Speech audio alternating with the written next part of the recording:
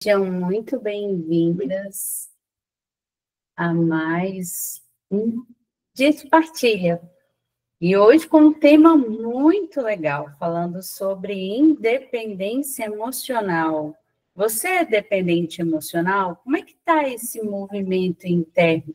Você se sente carente ou tendo que entrar em relacionamentos difíceis? Ou permanecer em relacionamentos difíceis por conta da dependência emocional? Vamos conversar sobre isso hoje? Eu acredito que hoje a partilha vai ser frutuosa. E para quem está aqui dentro do grupo, nesse grupo seleto, está participando aqui pelo Meet e vai ter o direito aos slides, que é essa interpretação para ficar em formato de aula, aumentar o nível de consciência, olha que bonito. Então, para quem está aqui no Meet, vai estar acompanhando os slides. Se você quer saber aonde, como entrar, o link está na bio para entrar no grupo e ter esse acesso exclusivo, falando sobre constelações familiares e sobre o feminino. Então, vamos começar a nossa partilha de hoje, para a gente vivenciar todo esse momento.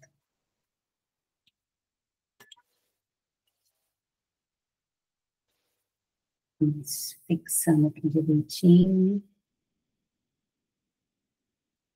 E quem tem problemas com dependência, ou quem já teve? Eu posso dizer que eu, Marcela, tenho uma forte tendência à dependência emocional. E eu descobri isso através da análise corporal, onde eu verifiquei que eu tinha 52% de tendência a ter ali uma dependência emocional. E eu falei, mas, gente, como é que é esse movimento lá no começo? E aí foi onde que eu aprendi sobre os perfis dependentes.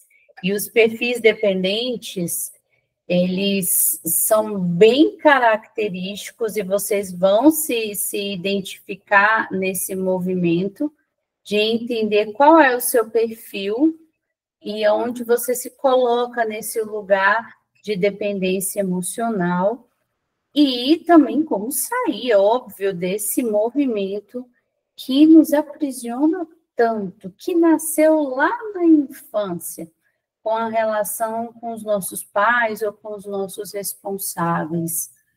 Uma psicóloga disse que eu tinha, mas estava em um relacionamento com um narcisista, mas nunca achei que tivesse. O que acontece muitas vezes na questão do relacionamento abusivo e principalmente do narcísico é que o narcisista ele só atrai dependências emocionais. Então, a dependência emocional já estava instalada, nem que seja lá no inconsciente, mas e também esse movimento de escolha dele também é inconsciente, tá, gente? A maioria deles não tem. Os que têm consciência desse movimento de dependência da outra pessoa ser dependente emocional, geralmente são os que têm traços sociopatas, né? Então, eles manipulam bastante esse movimento. Mas, tirando isso, nós ficamos propensos à dependência emocional. Então, todos nós nascemos dependentes. Isso a gente tem que colocar aqui que realmente isso existe. Todos nós nascemos dependentes. Mas como isso vai ser desenvolvido em torno da nossa vida é que vai gerando graus maiores. E o que acontece no movimento de um relacionamento abusivo, tóxico, onde tem esse medo de sair do relacionamento ou de achar que não vai viver aquele relacionamento novamente? É justamente porque essa pessoa trouxe oscilações emocionais. Então, imagina, você sentiu muita alegria, muito desejo, foram lá em cima todos os seus picos, né, realmente de adrenalina, e ali aquele movimento da dopamina, e aí essa pessoa tira isso de você. E aí você fica lá na baixa, e aí vem a extrema tristeza, muitas vezes o sentimento de rejeição, e aí nesse movimento ela volta e aplica ali o mesmo estímulo. E esse estímulo, como qualquer relacionamento abusivo, ele vicia. E como tem o gatilho de nos sentirmos muito amadas e muito acolhidas no começo do relacionamento, isso vale tanto para homens quanto para mulheres, tá? Como existe todo esse movimento, o que acontece? A nossa tendência é querer voltar para aquele movimento. Então, eu falei assim, não, se aquela pessoa foi daquele jeito, ela pode voltar a ser, só que ela nunca mais volta a ser do jeito que era. Ela pode dar ali uns alívios que faz você pensar que ela pode voltar, mas não, ela nunca volta. E aí é onde que a ficha cai. E quando eu comecei a estudar ali para tentar superar o fim do relacionamento, o que aconteceu? Ali eu percebi que eu tinha dependência emocional. Foi ali que eu percebi as dinâmicas de abstinência, de conviver com a pessoa. Foi ali que eu compreendi que eu tinha que me cuidar. Então, a primeira coisa que eu fiz após essa compreensão foi ocupar o meu tempo nos horários que tinham os gatilhos, né, ou aqueles picos de abstinência. Então, ali eu ocupava com algo que eu gostava, então eu ocupava a mente. Então, e isso foi cada vez diminuindo. Mas como é que inicia essa questão da dependência emocional? A criança, ali no início, ela precisa existir no seio familiar. E dentro de um seio familiar altamente doentio, qual é a postura da criança? A criança, geralmente, ela vai tentar ser o mais agradável possível, vai fazer de tudo, porque somente assim ela se sente vista.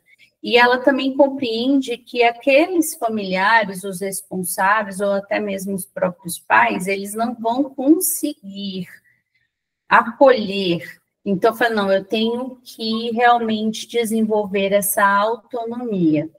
E aí, nesse movimento de fazer dentro e ser elogiada, aí vem um aprendizado. Então, toda vez que eu faço algo por alguém, eu sou recompensada. E isso acontece muito nos lares tóxicos, né? Principalmente com os pais narcisistas, aonde tem esse movimento que eles exaltam seu servir, porque está servindo a eles. E desde as coisas mais simples.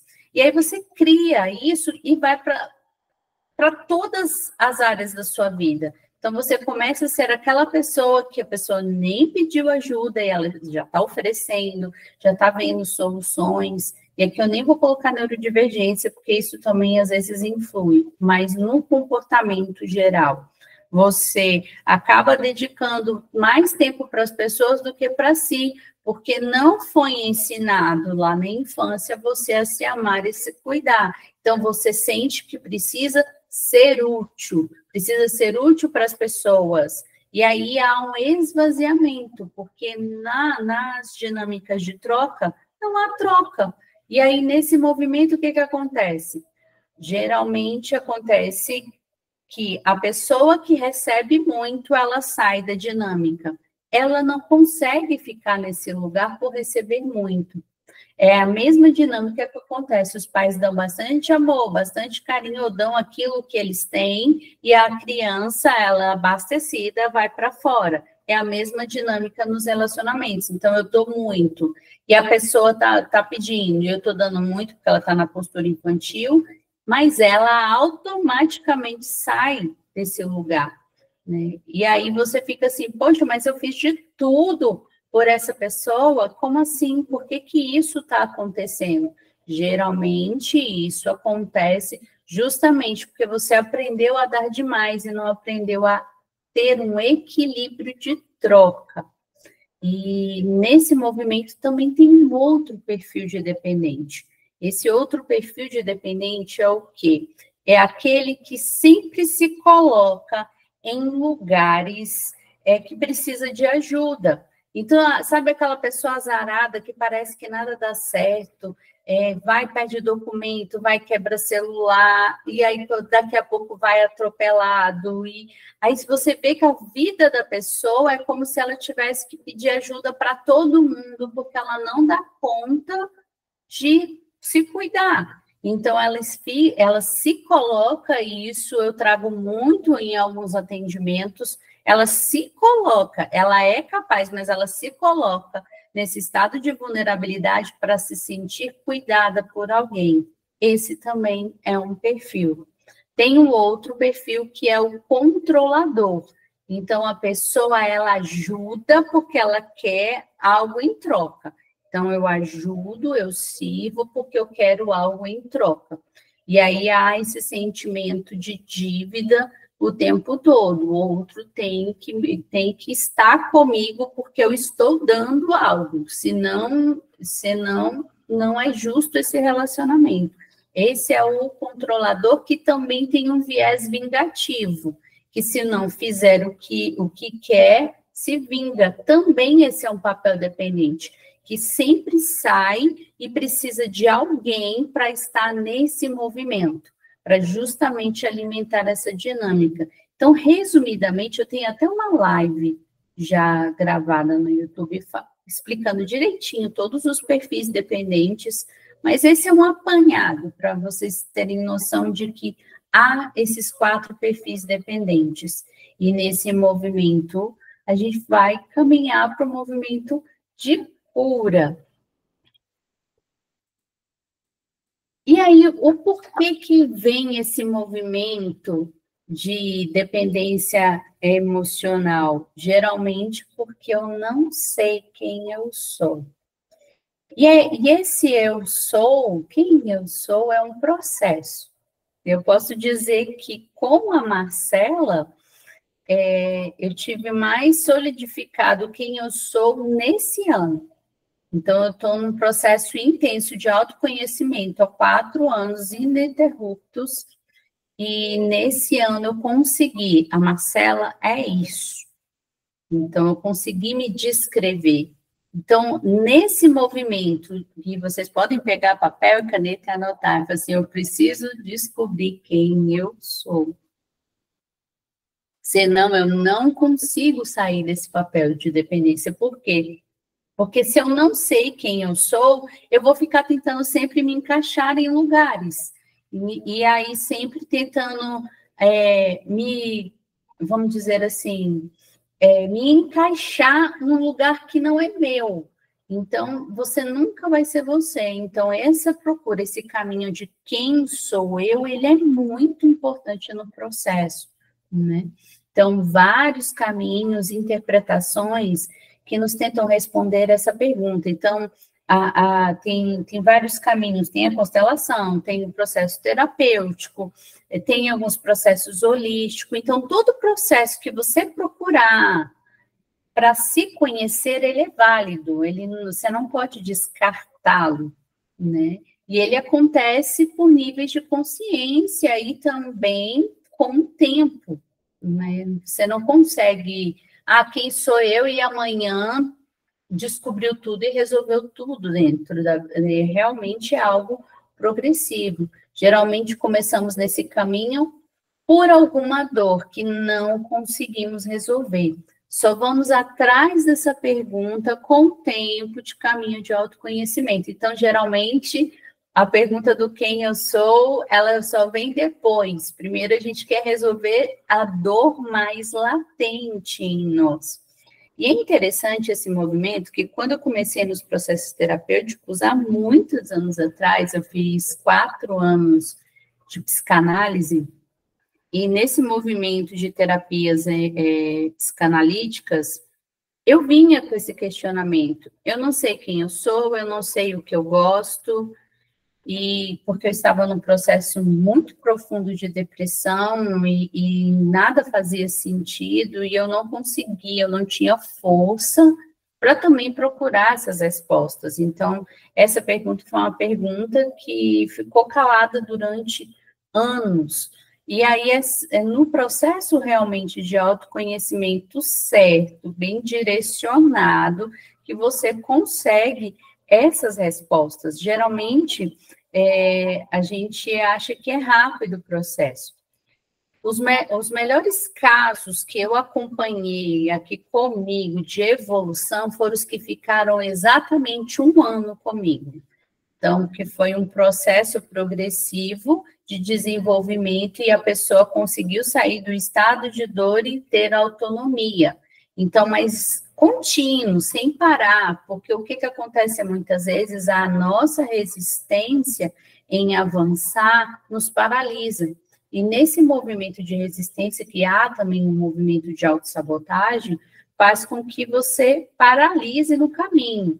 Então, as pessoas que não paralisaram, mesmo ali, capenga, quase não dando conta, mas continuando, foram as que mais tiveram resultado. Né? E eu vou explicar o porquê lá na frente. E quando começou a doer? A causa que te leva a sofrer, hoje não, ela não começou hoje.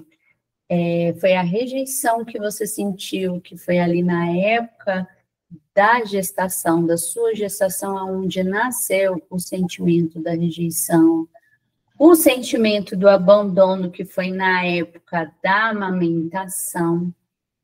Esse sentimento da rejeição, ele nasce porque a sua mãe está tensa, pode ser por qualquer coisa, às vezes está preocupada com a gravidez ou preocupada com o próprio dia a dia, o útero contrai e nesse movimento a criança sente o quê?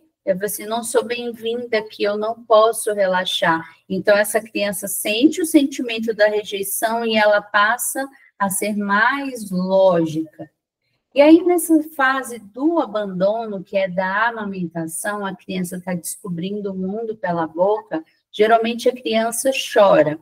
Às vezes a criança está com calor, e aí os pais não sabem, não entendem, muitas vezes acabam, ela não sabe falar, não sabe se expressar, somente chorar, e acabam desenvolvendo muito a parte da mama, né? Então, com mamadeira, com amamentação, com chupeta. Então, a criança entende que eu não fui atendida emocionalmente, então eu uso esse consolo pela boca, e é daqui que nascem os distúrbios alimentares, tanto ali da anorexia, quanto realmente da obesidade. É nessa fase que se iniciam todos esses processos. E na visão sistêmica, há também o movimento da criança que, ali no caso da obesidade, que quer ocupar ali a mãe que não foi acolhida. Então, ela o desejo inconsciente dela de acolher essa mãe que não foi acolhida. Então, esse é um movimento mais profundo relativo às constelações familiares. Mas também tem um outro movimento, o da manipulação, que é ali quando a criança começa a fazer as gracinhas, que todo mundo sorri, e ela percebe que quando ela faz gracinha, todo mundo se encanta. E aí a mente dela entende o quê? Que o mundo é feito de trocas. Se eu não fizer algo, eu não vou ter aquilo que eu desejo. E é onde nasce a parte mais fria, eu acredito, dessa formação nossa emocional. Porque quando a pessoa entende que tudo é feito por troca, se alguém faz algo por ela genuíno, ela não consegue acreditar. Né? Então, tem esse movimento interno que somente com o processo terapêutico para desfazer ou amenizar esse sentimento dentro da pessoa. Um outro que ele é muito latente, principalmente em nós, que é o da humilhação, que é na época do desfraude, que é ali onde a criança, ela não tem ainda controle dos esfíncteres, então ela faz xixi, faz cocô nas calças, é onde os pais brigam, a criança sente que não consegue, precisa reter, precisa prender, é onde você retém e prende os seus sentimentos, é onde eu preciso guardar tudo dentro de mim porque eu não tenho como partilhar, então eu viro uma panelinha de pressão, e eu retenho todos os sentimentos. Então, foi nessa fase que foi formado esse sentimento. Então, eu faço de tudo para não me sentir humilhado, né? Então, tem esse movimento interno também ali na infância. E o último sentimento que nasce em nós, o da exclusão, que é ali dos 5 aos 7 anos, alguns casos um pouquinho mais cedo, que é quando a criança descobre a sexualidade, descobre o mundo impar, que as pessoas têm os pares e que ela percebe que ela não tem o par dela. E aí, nesse movimento, ela se sente excluída. Sabe aqueles vídeos bonitinhos aqueles que as crianças falam que quer namorar o pai ou que quer namorar a mãe, né, nesse movimento, ali ela está começando a entender que o mundo é feito em pares. E aí há esse sentimento de exclusão. E essa é a formação do nosso caráter ali diante da análise corporal, né, que eu tive a oportunidade de aprender e de atender também, que é incrível. Para quem não se conhece, a análise corporal, ela é um ótimo caminho, porque você descobre ali as fases mais traumáticas da sua infância, que formaram o seu jeito de ser, de pensar e de agir, e nesse movimento você aprende a se cuidar, porque dentro dela tem as ações de cuidado. Então, você aprende a se cuidar conforme cada fase traumática da sua história. Então, vale muito a pena. Então, nos problemas de dor, sentimos que... Deixa eu ler direitinho. Nos problemas de dor que sentimos, devemos perguntar sempre aonde começou essa dor. Né? Então, às vezes, a dor que te fez vir para essa live, a dor que te fez estar assistindo esse vídeo, ela não começou agora. Então, anotar essa pergunta é muito importante. Aonde começou a minha dor? Mesmo que eu não sei responder, eu já sei que ela não começou agora, mas ela começou de alguma forma. Então, anotar isso é muito importante. Né? E como eu usei essa dor para sobreviver até hoje. Quando eu descubro o início da dor, eu entendo que eu usei e me adaptei, e ela vem em ciclos repetitivos que foram alimentados até o dia de hoje. Então, é nesse movimento que a gente começa a falar, não, mas Marcela, por quê? Não, porque eu me entendo como pessoa a partir de como eu interpreto a minha história. Então, entender como começou essa dor é extremamente importante. E como é que inicia esse processo de interpretação da dor? Né? Primeiro, com a ajuda terapêutica, né? Começamos a identificar as nossas dinâmicas familiares e as dores de infância. A gente vai separando cada coisa na sua caixinha. É interessante que quando a pessoa começa um processo terapêutico que ela nunca fez, ela vem e derruba tudo de uma vez. Né? Então, o que a gente ajuda no processo é justamente colocar cada sentimento, cada situação, cada dinâmica em uma caixinha. A gente vai separando e resolvendo partes por partes. Né? Então, esse processo terapêutico precisa de uma ajuda profissional. E o movimento interessante que está acontecendo agora, da inteligência artificial. Algumas pessoas que eu atendo, elas falam que utilizam, além em alguns momentos, só que elas começaram a perceber que, por exemplo, no processo terapêutico, eu viro para a pessoa e eu falo assim, mas essa aqui é sua sombra. Eu mostro o nosso eu inferior, né? A nossa parte que a gente não quer ver. E aí a pessoa começou a perceber que na inteligência artificial ela não mostrava esse lado obscuro, aquele que eu não quero ver. Eu sempre tinha razão de tudo, era o que eu ouvia. E aí, nesse processo de interpretação de algumas coisas, ele é até interessante, mas ele não tem ali a capacidade de te ver como um eu completo, com todas as suas dinâmicas, e sim atende às suas necessidades daquilo que você deseja ouvir, porque ele não quer te colocar em estado de ansiedade ou de sofrimento. Então, tem esse movimento que é danoso, né? E aí, Marcela, como é que eu faço nesse processo de ajuda terapêutico? O que acontece depois? Eu vou fortalecer o meu ego adulto, né? Então, o adulto vai começar a procurar respostas para entender onde tudo começou e solucionar esse movimento. E esse adulto, ele olha para a sua criança interior. Então, ele tem a consciência que essa criança ainda existe e ele separa. Aí, essa é a importância de fortalecer o ego adulto, de separar a criança do adulto, de entender que essa criança está aqui dentro, ela continua existindo, ela não morreu.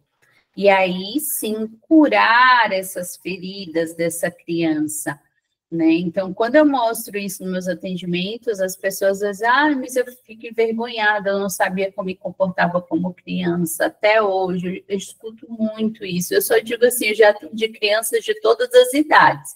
A mais velha que eu atendi tinha 63 anos. Então, nesse movimento, a gente vai vendo que enquanto a gente não cura essa criança interna, com todas as suas feridas, com todos os seus traumas, ela continua exigindo afeto de todos ao seu redor e se torna extremamente pesada, né? Então, o ego adulto, ele coloca no lugar quem é o adulto e quem é a criança. E assim, ele consegue desenvolver. E também sai do papel de vítima, que esse é o mais pesado, né? Porque geralmente nós culpamos alguém pelo nosso sofrimento. E a gente não se pergunta o porquê que a gente se colocou naquele lugar, naquela situação, e assumimos os nossos 50%, né? Então, tem esse movimento que acontece muito, é sempre alguém é responsável pelo meu sofrimento. Tá, e agora o que eu faço com isso? Geralmente é mais fácil responsabilizar os outros do que assumir essa responsabilidade, mas para ter um ego forte, adulto, fortalecido, precisa sair do papel de vítima, né? E a gente começa assim ali usando como sobrevivência, mas ao ter consciência que esse lugar não vai ter avanço, eu não vou crescer nesse lugar, eu saio desse papel. E como olhar para essa criança, já que tudo começa lá na infância, como é que a gente olha para essa criança? Primeiro, a gente identifica as partes que não foram vistas e não foram atendidas na infância. É a primeira coisa que a gente olha. Qual foi a parte em mim que não foi vista e que agora eu, como adulta, eu posso ver? Eu, como adulta, eu posso atender. Eu, como adulta, posso cuidar. Eu não preciso delegar para ninguém. Eu mesmo cuido de mim. Então, essa é a primeira fase. Então, anota aí. Quais foram as minhas partes da infância que não foram vistas, que não foram atendidas, para que eu mesma possa fazer por mim, né? Em qual momento em que a alegria e os sonhos dessa criança interna foi interrompido? É interessante, por quê? Porque a maioria dos nossos sonhos ali na infância foram reprimidos. Então, era para que você está fazendo? Isso é besteira, a vida adulta não é isso. Então, você é reprimido naquilo que te nutria, te alimentava como criança. E olha como é que é interessante. A Marcela amava dançar. Eu me coloco em terceira pessoa às vezes, viu, gente? Então, eu gostava muito de dançar. Gostava de fazer coreografias e aquilo era algo muito incrível e para mim, sabe? Então era uma forma de expressão. Mas isso foi sendo reprimido e eu tive até uma lembrança esse final de semana de uma cena. Eu gravei até um vídeo, no futuro vocês vão ver, dessa cena com eu brincando de dançar e eu fui ali reprimida. E naquele movimento, eu falei, não, eu não posso me expressar, né, aqui nesse lugar, eu sou reprimida. Mesmo assim, no futuro eu ainda entrei para um grupo de dança, mas eu já não estava mais livre. Eu tinha travas para me expressar. Então, nesse movimento, eu fiquei ali, acho que quase 2 anos no grupo de dança. E aí houve uma outra repressão que eu estou lembrando agora. O grupo de dança, ele sai ali do horário da academia e vai para outros horários para fazerem apresentações regionais. Só que para eu entrar para esse grupo de dança, eu precisava comprar os trajes. E a minha família achou que aquilo era uma besteira. E não, você não vai comprar. E eu não tinha autonomia, né? De falar, não, eu vou dar um jeito, eu vou arranjar. Eu não tinha, né? Então, ali foi mais uma repressão da expressão. Então, trazer quais foram as partes reprimidas, né? E aí ela volta a se repetir. E é isso que é interessante, porque aí você começa a conectar. Então, por exemplo, eu na fase adulta ali dançando, houve uma cena que foi altamente traumática para mim, de um homem casado se posicionar para me assistir a dançar. E quando eu percebi a maldade ali, eu travei. E isso me fez ficar, acho que quase 20 anos sem dançar. E aí você vai vendo esse movimento que o que ele foi se repetindo. Então, quando a Marcela começa a se soltar, ela é reprimida. Então, tem esse movimento de eu não posso ir, e aí vocês vão ver várias histórias surgindo na vida de vocês, daquilo que a criança quis ser e ela não conseguiu ser, e como não foi resolvido aquilo dentro dela, ela acaba reprimindo diversas vezes, por diversas situações, mas com um ciclo repetido, né? Quais foram as partes da minha criança que agem na vida adulta? Essa é a melhor das perguntas. No processo terapêutico eu faço muito ela, porque às vezes nos relacionamentos a pessoa projeta no cônjuge aquilo que ela não teve dos pais. Então ela age como uma criança pedindo atenção, pedindo carinho. E ela é adulta, ela pode falar, ela pode pedir, ela pode sentar e conversar. Uma das coisas que mais acontece, ai, Marcela, mas ele tem que saber, tá na loja, tá na cara, sabe? Então eu vou esperar por ele. Aí eu falo assim, ó, deixa eu te falar, o óbvio precisa ser dito. Ai, mas como assim o óbvio precisa ser dito e tem que saber? Não, porque você está se colocando numa postura de criança, que é o quê? Aquela que foi atendida pelo papai. O papai pergunta, o que que a minha menininha tem? Ou a mãe, o que que minha filhinha tem? Aí você vê que você se coloca no lugar de criança, e aí eu falo, não, eu sou adulta, eu tenho necessidades, eu preciso ter acordos claros e eu preciso conversar. E eu preciso ter conversas difíceis, né? E ali a gente vai entendendo que a gente se coloca nessa postura infantil de achar que as pessoas precisam adivinhar o que a gente está sentindo, né? E isso é só um exemplo, tem diversos exemplos, né? Então, o sentar, o conversar, o resolver problemas faz parte da vida adulta. Agora, quando eu quero ser somente a pessoa me servindo ou tentando adivinhar o que eu sinto, isso é altamente infantil. Agora, tem um movimento que ele é muito, vamos dizer assim, me fugiu a palavra, daqui a pouco eu volto. Tem um movimento que também acontece muito nos relacionamentos, que é da pessoa fazer essa projeção e lembrei. O que acontece conosco, mulheres, dessa projeção? Nós fomos criadas para ser proativas, para a gente atender as necessidades do outro. como a gente tem um nível emocional mais rápido e um nível de inteligência ali para algumas partes para resolução de problemas, então a gente enxerga a resolução mais rápido. Então, o que acontece? Desde a infância, nós fomos criadas para sermos proativas. Então, se a gente parar para pensar, a mulher vai vendo ali a necessidade da pessoa e vai fazendo, porque ela foi criada para fazer esse movimento.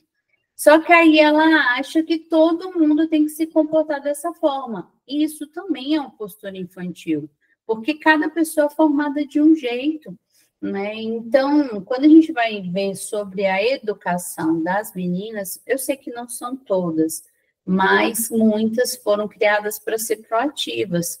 E aí, para elas, é um sacrifício ter que pedir ajuda. Então, nesse movimento, elas foram educadas para serem independentes.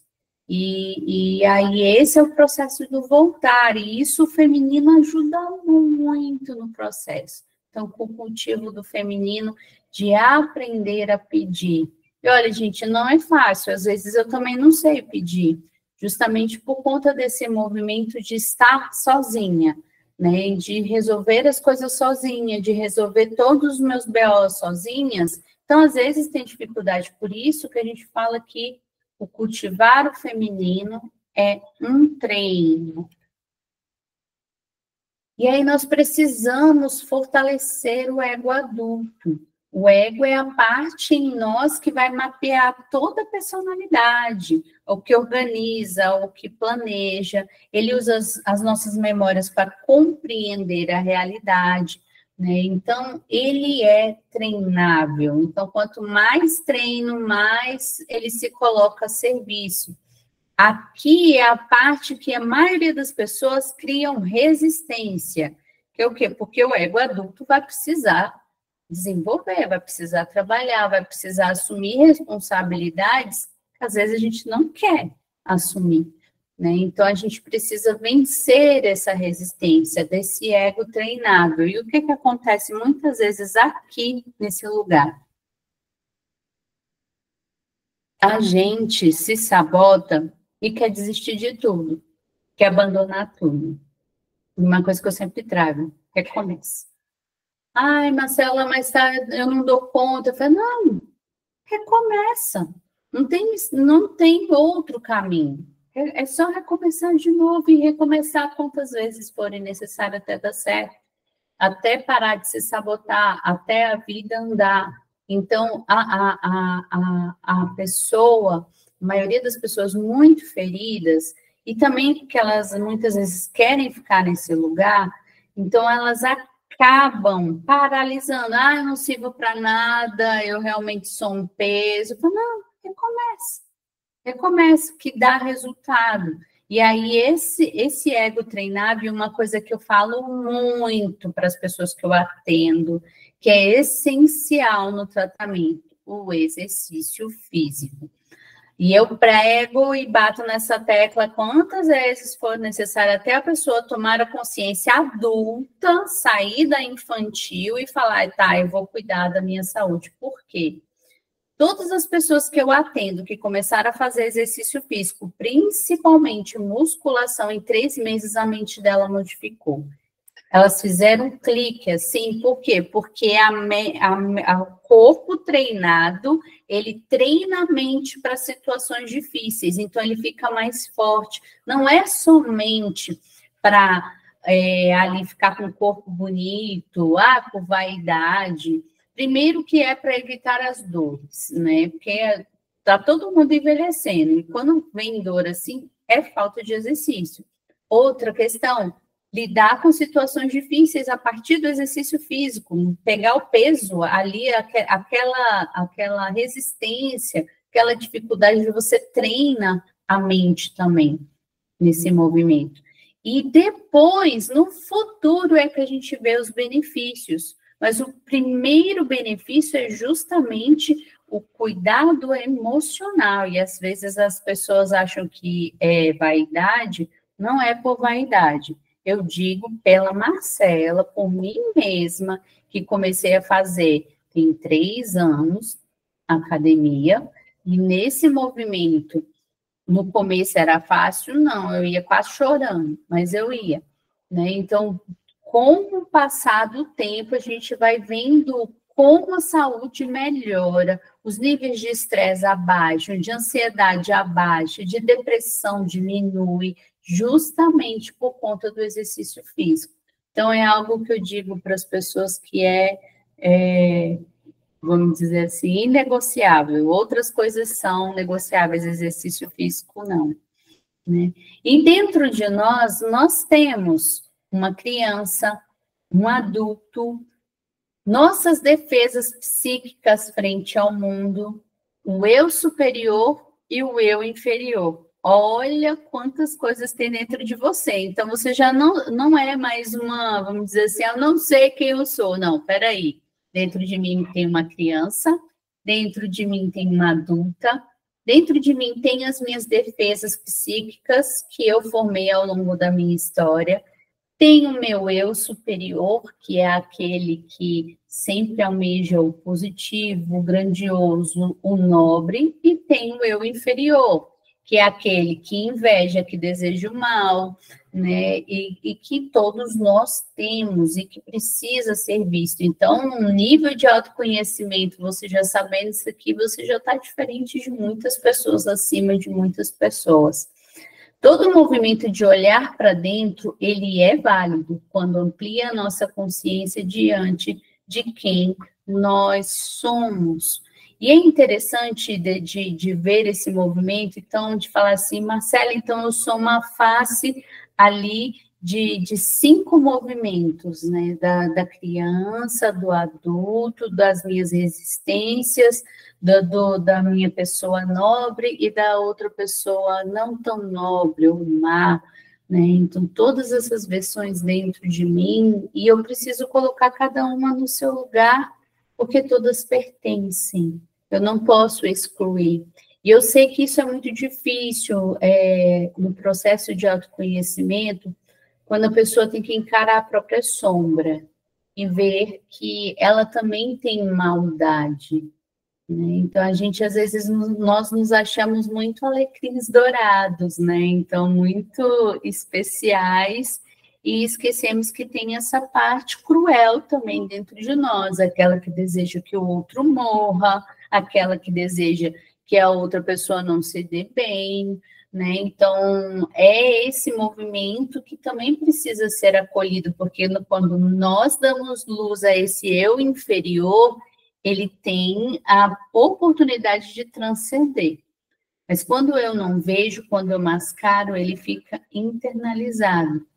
E aí precisa alguém ou uma situação para colocar tudo à luz para ser visto, porque não tem como fugir. Uma hora nós vemos. Tem uma música muito legal, eu vou colocar essa música lá no grupo, para as meninas interpretarem. Ela fala assim, eu quero me curar de mim. E nesse movimento dessa música do eu querer me curar de mim, ela mostra todos os lados perversos da pessoa.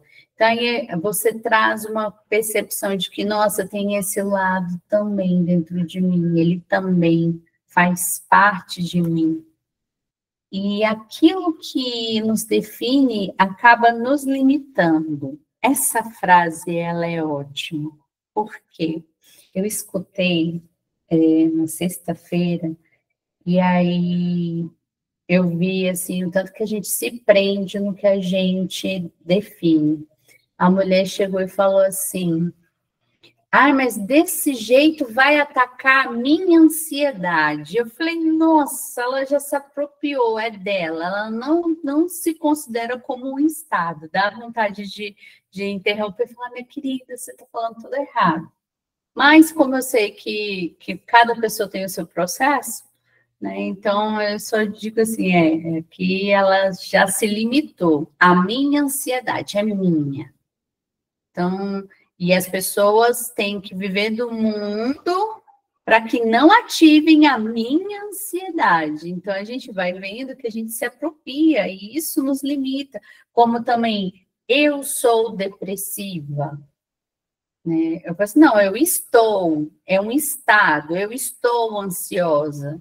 né? Então, eu estou triste, eu não sou triste. Então, quando a gente coloca rótulos dentro de nós, limita todo o nosso processo, né? Então, é como se a gente estivesse encaixado naquela caixinha e não tem mais solução. Eu sou isso, né? E nesse movimento, eu paraliso todo o meu processo de evolução. Nós somos seres que evoluem. Então, mas quando eu determino, quando eu defino, me limita. Então, uma coisa também que é muito importante para os neurodivergentes, né? Os neurodivergentes, eles vão atrás do diagnóstico e quando eles conseguem, eu consegui meu diagnóstico. Ele não, começou ali, agora é que começou o trabalho. Antes era somente dores que não eram entendidas, mas a partir do momento que eu descubro esse transtorno, é aqui que começa o trabalho. Agora, se eu coloco dentro da caixinha e falo assim, não, é por conta do meu TDAH, eu falei, tá, e o que você vai fazer com esse TDAH? Vai prejudicar a vida de todo mundo? Né? Então, aí é sempre chamando para falar, não, eu tenho que ser uma pessoa que eu preciso ter autonomia e cuidar de mim, né? E não falar para o outro, óbvio que tem limitações, eu não quero diminuir isso, mas elas precisam ser trabalhadas internamente, porque sempre fica delegando para os outros, e quando eu coloco essa máscarazinha de que eu tenho essas limitações e eu não tento cuidar delas, eu me coloco nesse papel de vítima que eu não quero resolver as situações, né? E eu atendo muitos neurodivergentes, nem é a minha especialidade, é as constelações familiares, a análise corporal, mas eu estudei alguns cursos sobre isso, justamente para separar esse movimento das constelações da neurodivergência, porque a neurodivergência não tem, por mais que tenha ligações e a gente consiga constelar algumas coisas, mas o seu papel de cuidar dessa neurodivergência é seu.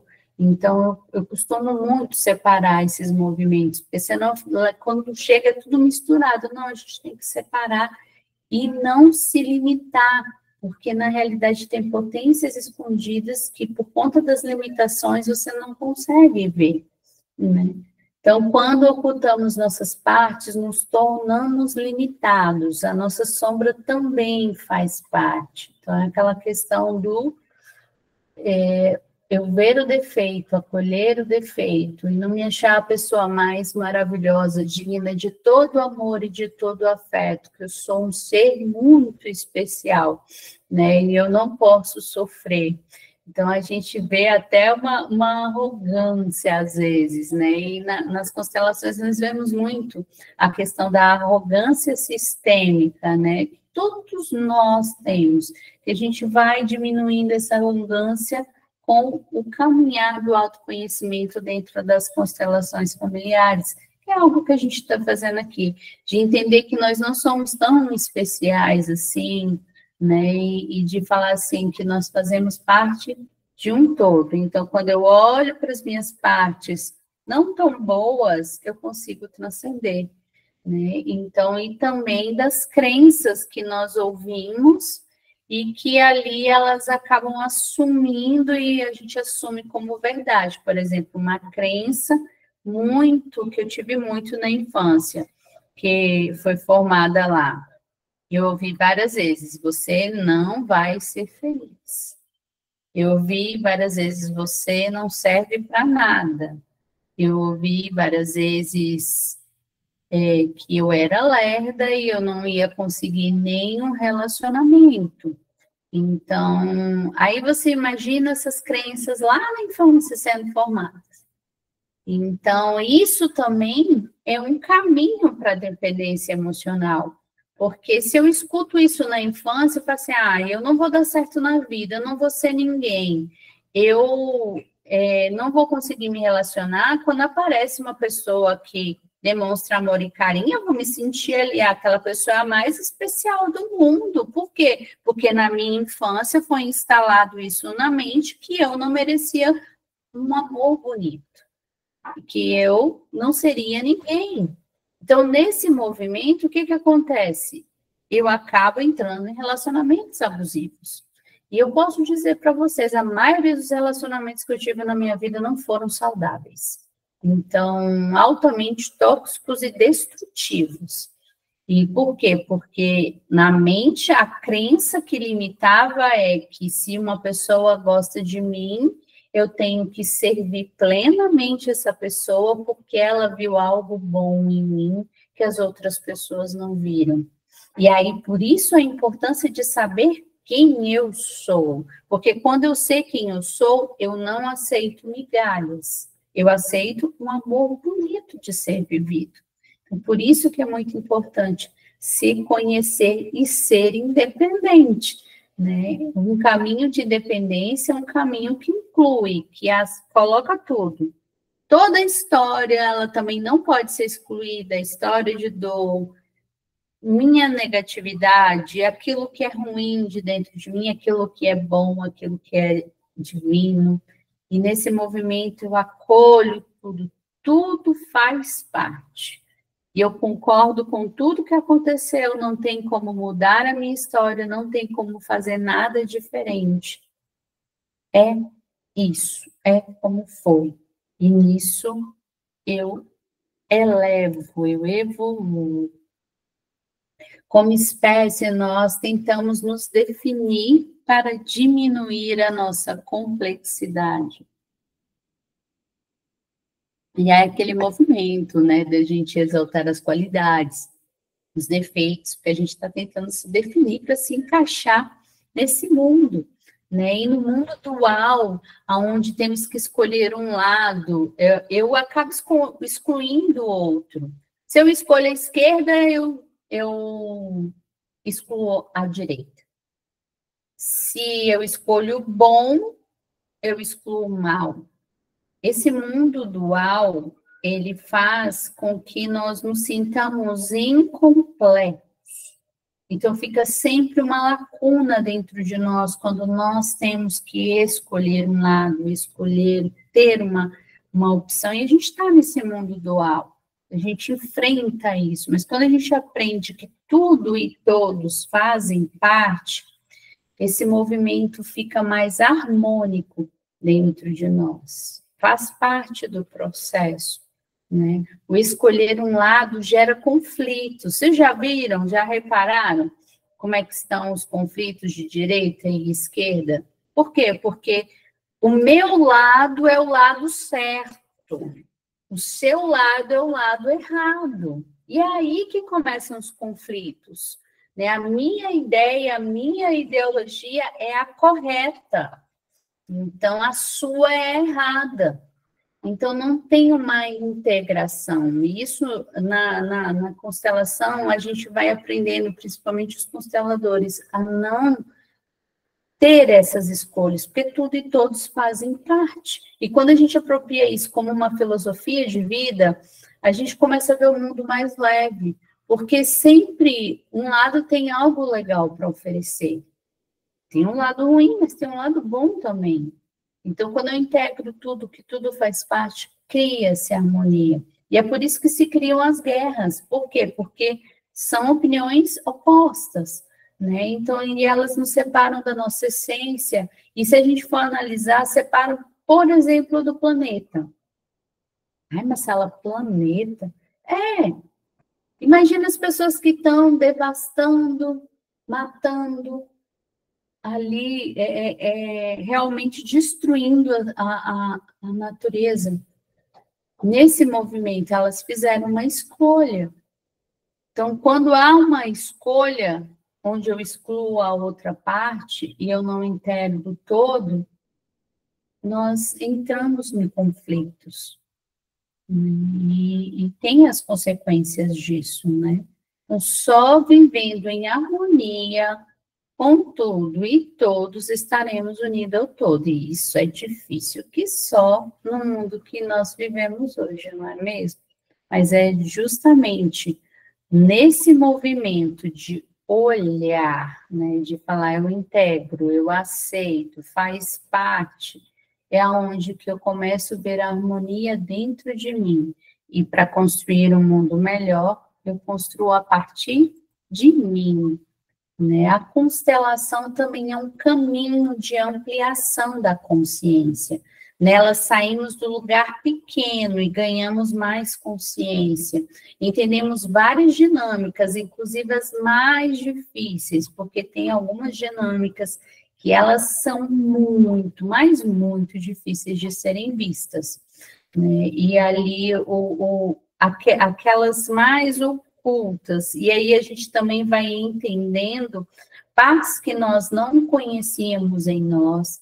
Vemos também que as outras pessoas também sofrem, que há um sistema doente, que não é somente uma pessoa que está adoecida. O nosso nível de consciência sobre a vida, sobre as pessoas, sobre os relacionamentos, ele amplia muito com a visão das constelações familiares. À medida que nos conhecemos, nos sentimos mais interconectados um com o outro. Então, à medida que eu sei quem eu sou, quando eu agrego tudo que eu sou, eu me conecto com as pessoas. E as pessoas que vivem essa filosofia, você consegue ver que elas acolhem todos. Ninguém as fere, porque isso já está resolvido dentro delas. E isso é muito bonito no processo. É por isso que estudar as constelações familiares, participar desses movimentos que nós estamos aqui de realmente tomada de consciência, traz harmonia na nossa vida. E nós saímos do estado de dependência para a interdependência. Então, nós nos tornamos ali adultos independentes, com a infância restaurada, nos conectando com os pais a nível de alma. Olha que delícia se conectar com os pais a nível de alma. É a parte mais bonita. Por que que as pessoas são dependentes emocionais? A maioria das pessoas são dependentes emocionais porque elas não têm dentro de si essa ligação de alma com pai e mãe. Houve um movimento de amor interrompido. E nesse movimento de amor interrompido, o que que acontece? Teve um vídeo que eu assisti, depois eu vou até colocar nas redes, ele é bem interessante. Ele mostra ali uma menina, eu acho, numa data comemorativa, aonde todos os pais foram para essa data comemorativa acolher a criança e ela ficou sozinha, não tinha ninguém para acolher, e ela esperava, ela ficou esperando e ninguém apareceu. E o que acontece nesse movimento? Ali, um amor é interrompido, porque a criança fosse bem, eu tenho que me virar sozinha, tem que ser eu por mim. E essa é uma cena que ali eu vi, eu falei, ali está descrito o movimento do amor interrompido, mas que pode ter acontecido, por exemplo, na amamentação, quando a criança queria um colo da mãe, estava chorando pelo colo, a mãe passou, e a criança não recebeu o colo. Ali na mente dela, ela já entendeu, eu tenho que me virar sozinha, eu não vou ser consolada. Então, ali também pode ter tido, então, alguma fase da sua vida, da sua história, você teve esse movimento de amor interrompido, onde você se sente incompleta. E nesse movimento de se sentir incompleta, você vai em busca dessa completude de alguém, mas você já é uma pessoa completa. Você tem pai e mãe dentro de si. Então, esse é um movimento que realmente eu preciso sentir os meus pais em mim a nível de alma, e é um processo, né? Então, à medida das constelações sendo feitas, dos exercícios sistêmicos, das meditações, nós vamos ficando mais conectados cada vez mais com os nossos pais. E tendo essa autonomia de estar com eles, eu fico mais forte para a vida, para os relacionamentos, e eu não mendigo amor e afeto, porque eu estou completa em mim mesmo. A dependência emocional é um sintoma de que ainda estamos buscando inconscientemente esses pais. Então, vamos fazer um exercício sistêmico justamente para acolher mais um pouquinho os pais, porque nós tivemos pais que, na própria história ali de dor, eles também sofreram. né? Então, nesse movimento deles, peraí, gente, eu acabei fazendo alguma coisa aqui. Nesse movimento deles, aí voltei. Eles acabaram dando aquilo que eles podiam. E aí é nesse movimento que muitas vezes as pessoas querem reivindicar um amor que os pais mesmos não podiam. Tá, Marcela, mas eu já identifiquei esse processo, eu já atendi na mente. Em alguns atendimentos, as pessoas chegam, mas eu já entendi, Marcela, que eu não recebi porque meus pais não tiveram e tá tudo bem. Eu falei, não, mas não é na mente, é na alma. Enquanto na alma isso não tiver resolvido e que é um processo, realmente vai ser muito difícil. Eu queria fazer um exercício sistêmico com vocês, um pouco diferente, para quem puder. Quem puder estar aí em pé, quem não puder depois faz, ou então faz do jeito que dá conta. Porque ou colocar os pés no chão, sentir os pés no chão, a gente precisa ancorar esse sentir. Então, de colocar os pés no chão e você está numa posição confortável ou em pé de olhos fechados. E nesse movimento, você está sentindo você, sentindo o seu corpo, quem eu sou. Estou sentindo as partes que estão mais tensas, as que estão mais tranquilas. Como é que está esse corpo e esse pé nesse chão? Ele é firme? Ele é leve? Como é que está esse pé? E aí você respira fundo nesse movimento.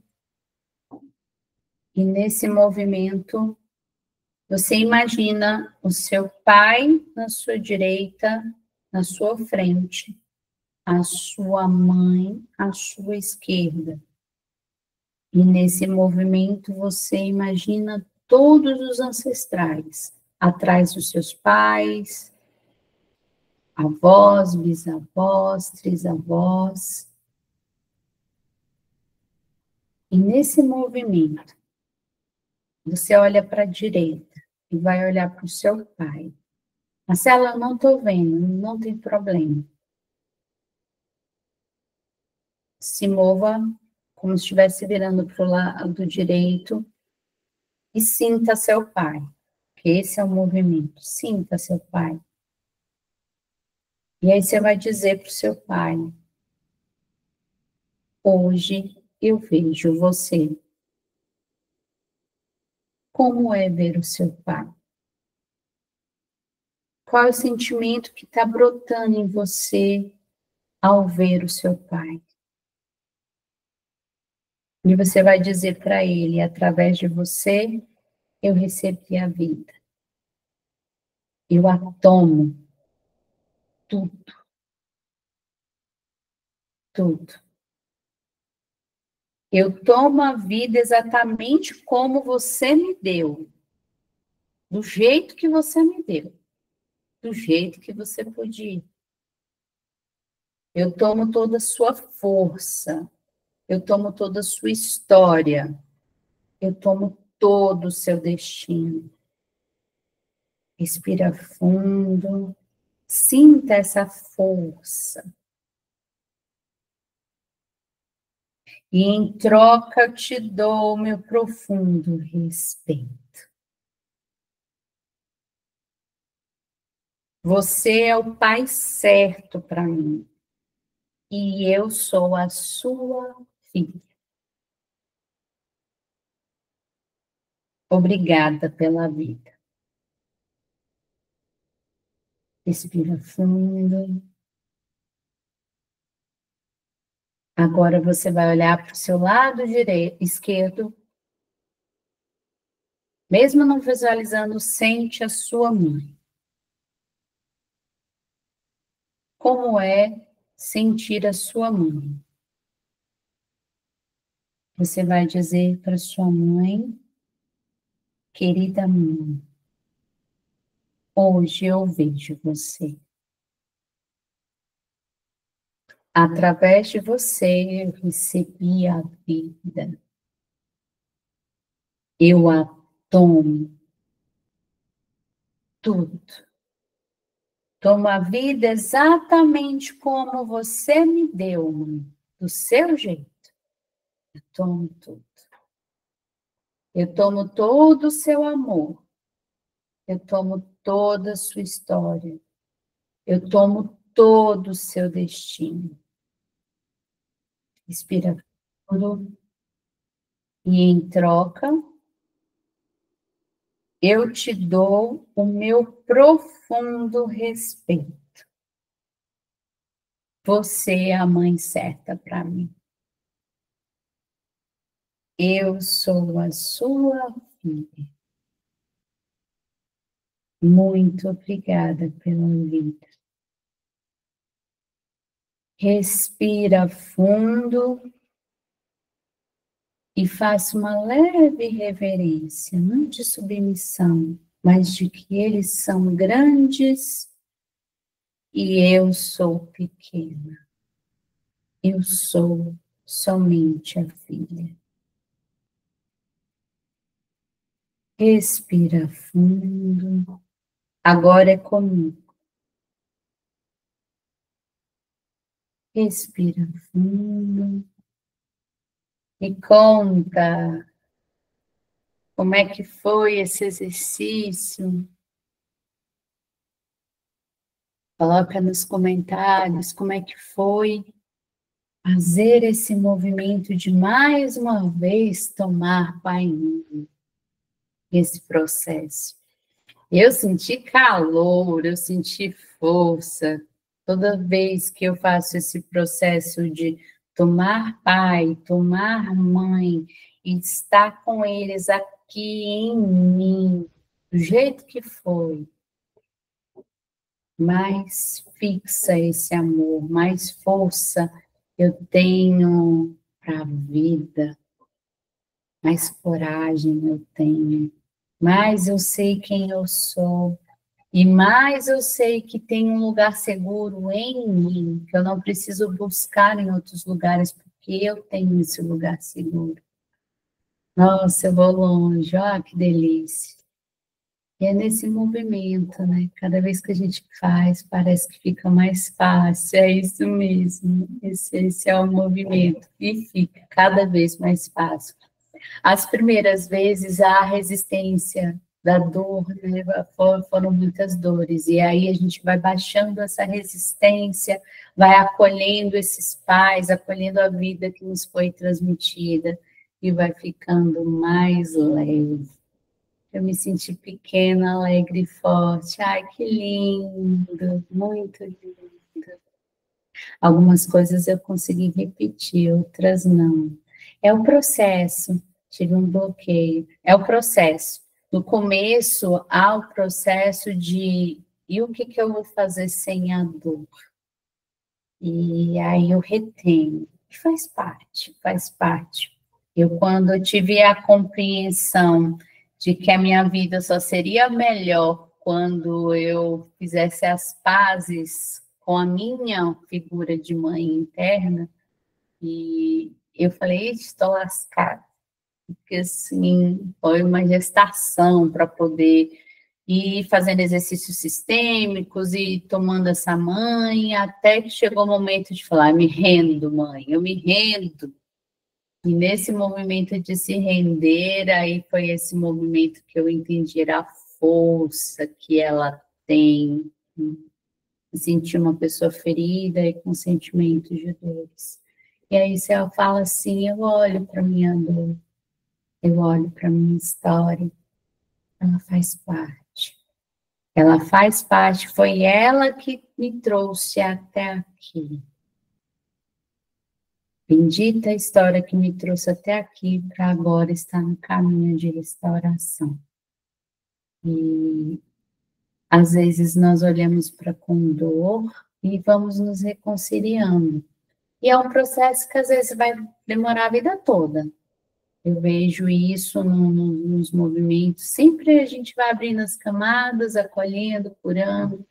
E nesse movimento a gente fala assim, querida criança, o que eu não recebi na infância, hoje eu te dou. Hoje eu te acolho, hoje eu te vejo. Hoje você tem a mim. Você não está sozinho. Esse foi um dos primeiros exercícios sistêmicos que eu fiz. Muitas lágrimas de falar, querida criança, eu estou aqui, não precisa ter medo, pode olhar para a vida. Eu sou adulta, hoje eu dou conta, hoje eu posso, agora eu posso.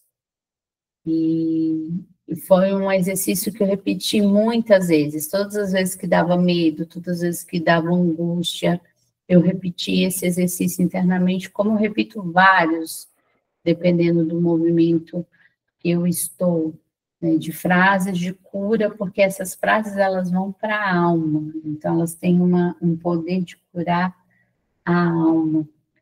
E esse é o movimento mais bonito. E aí, aos poucos, a gente vai lavando, curando essas feridas. É um processo. Que bom que você está aqui para realmente cuidar disso, chorando com uma garganta. E está liberando. Esse é o lugar certo para isso.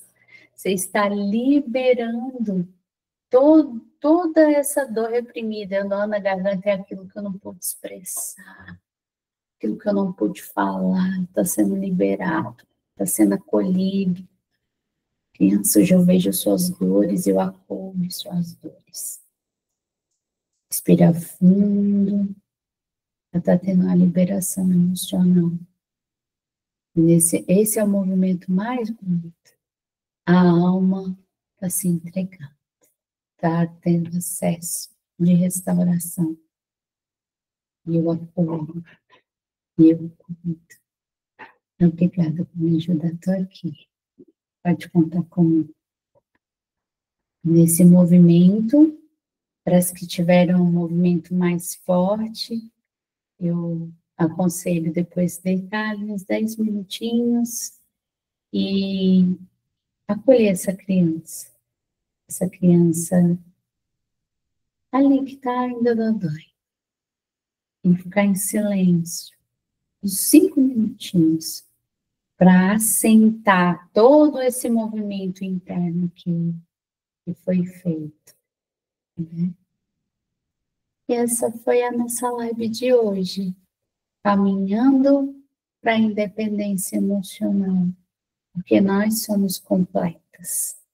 A gente só precisa descobrir o caminho para isso. Eu espero que vocês tenham gostado e que agregue na vida de vocês. Comentem lá no vídeo, daqui a pouco, até amanhã já deve estar na plataforma.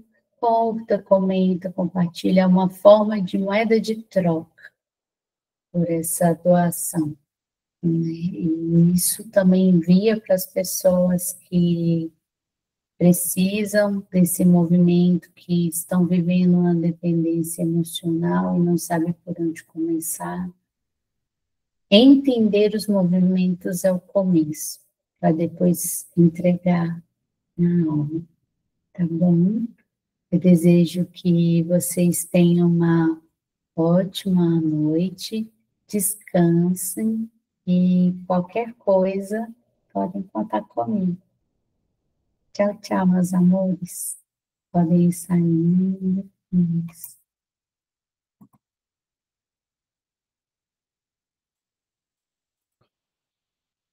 Tchau, tchau.